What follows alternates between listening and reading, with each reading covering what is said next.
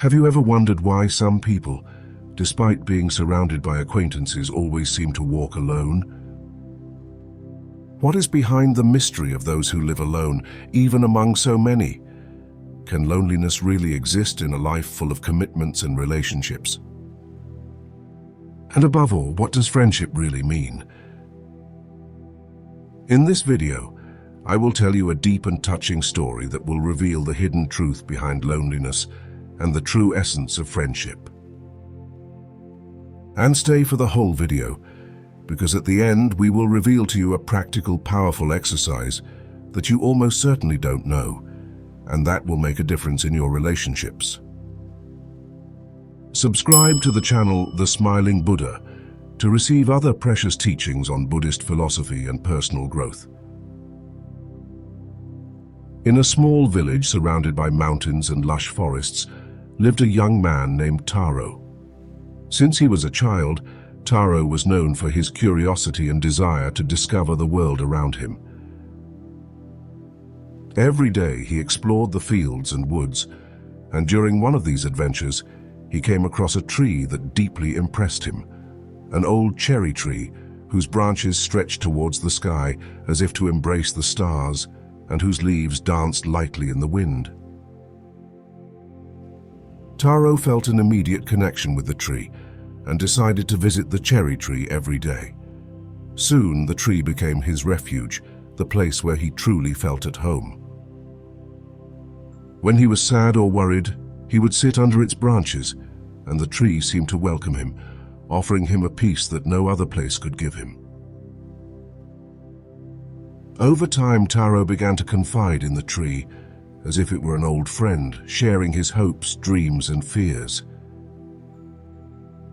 In return, the tree offered him its cool shades on hot days and its bright leaves on golden afternoons. The years passed and Taro grew up, his days filled with new commitments, friendships, and adventures, and his visits to the cherry tree became increasingly rare. However, every time he returned, the tree welcomed him with the same serenity and affection as always. Even if he didn't tell anyone, Taro felt that the cherry tree was his most trusted friend, the only one who truly understood him. One day, when Taro was a young man, he returned to the tree with an expression of deep sadness. He sat down under its branches and said, "I don't know what to do anymore, my dear friend. Life has become so difficult, and I need money to help my family.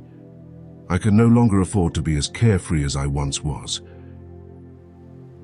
Before continuing, we want to ask you to take a small action, which will also be the initial key to your change. How many times have you felt cornered, without ideas, disconsolate, sad? At this exact moment, the greatest opportunity opens up before you, where you can decide to stay there and cry over yourself, or you can open yourself to new possibilities and intuitions. If you really want to seize this new flow of life, write the word opportunity below in the comments, so as to send this message to the universe, which in turn will respond with what you desire. And now let's continue. The cherry tree, who had always listened in silence, seemed to understand his pain. With a whisper in the leaves, the tree said, "Take my fruit, Taro. Sell it at the market and use the money to help your family. I do it with joy because your happiness is also mine." Taro followed the tree's advice and sold the cherries, earning enough to help his family. But absorbed in his new responsibilities, Taro stopped returning to the cherry tree. The tree waited patiently, day after day, but his friend never showed up again. As the years continued to pass, Taro's life became more and more complicated. One day he returned to the tree, but he was no longer the carefree young man he once was. He was a grown man, his face marked by the hardships of life. "Dear friend," he said, "my life has become so complicated. Everyone has a home, a family, and I feel lost. I have no place that I can truly call my own." The cherry tree, although older and more tired, responded with the same sweetness as ever. "Take my branches, Taro. Use them to build your house. It will be my gift to you so that you can finally find a refuge." So Taro took the branches of the tree and built a solid and cozy house. But once again, after having obtained what he wanted, he moved away from his old friend, forgetting about him in the frenzy of his new life. More years passed, and the cherry tree, now bare, remained alone, reduced to a simple trunk. Despite everything, the tree never stopped hoping that one day Taro would return. And one day, finally, Taro showed up again, but this time his face was full of bitterness. "I can't take this life anymore," he said with a deep sigh. "I want to leave everything and sail away, but I don't have a boat." The cherry tree, which had already sacrificed so much for Taro, replied in a faint voice, "Take my trunk, Taro. Use it to build your boat. Perhaps then you will find the peace you seek."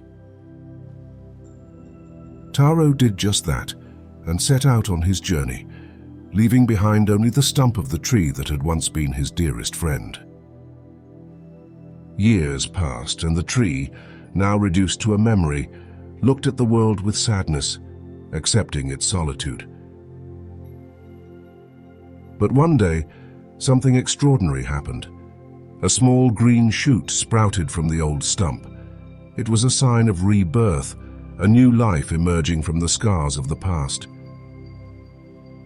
Slowly the shoot grew, becoming a new cherry tree, strong and lush.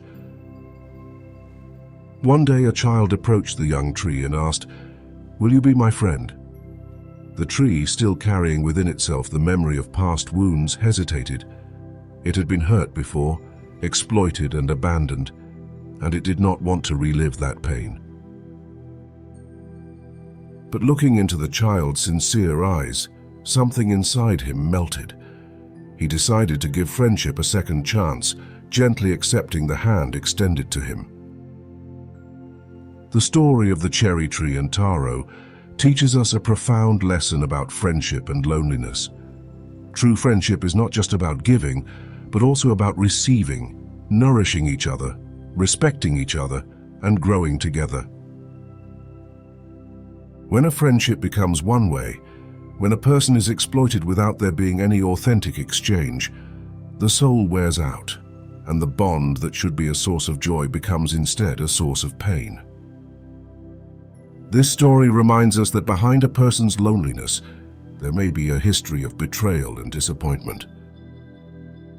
Before judging someone who seems lonely, we should ask ourselves what they have experienced, what wounds they carry within themselves, and whether we are willing to offer sincere and selfless friendship. And you, have you ever found yourself in the situation of being like the cherry tree in someone's life? Have you ever given your all in a friendship without receiving anything in return? Or maybe you know someone who has lived this experience. Write it in the comments below the video. Share your story and let's reflect together on the value of authentic friendship. As you think about this story, I want to reveal to you a secret truth that very few people know. Sometimes loneliness is not a curse, but a protection. It's the universe's way of inviting us to reflect on who we really are and what we really want in life. Perhaps true friendship begins precisely when we learn to be friends with ourselves, without expecting anything from others. Here is the secret exercise that very few people know about, but which can radically transform your perception of relationships. But first, give this video a nice like, subscribe to our channel, and activate the bell so you don't miss our next contents dedicated to Buddhist philosophy and personal growth. Every night before you go to sleep, write a letter to yourself as if you were your best friend. In this letter, talk about your days, your emotions, your fears, and your successes, just as you would with a close friend. Then, reread it every morning with fresh eyes. This exercise will not only help you become your own best friend, but it will also allow you to better understand the dynamics of your real friendships. It is a powerful way to connect with yourself and in turn attract genuine and deep friendships. Try it and prepare to say, "Wow."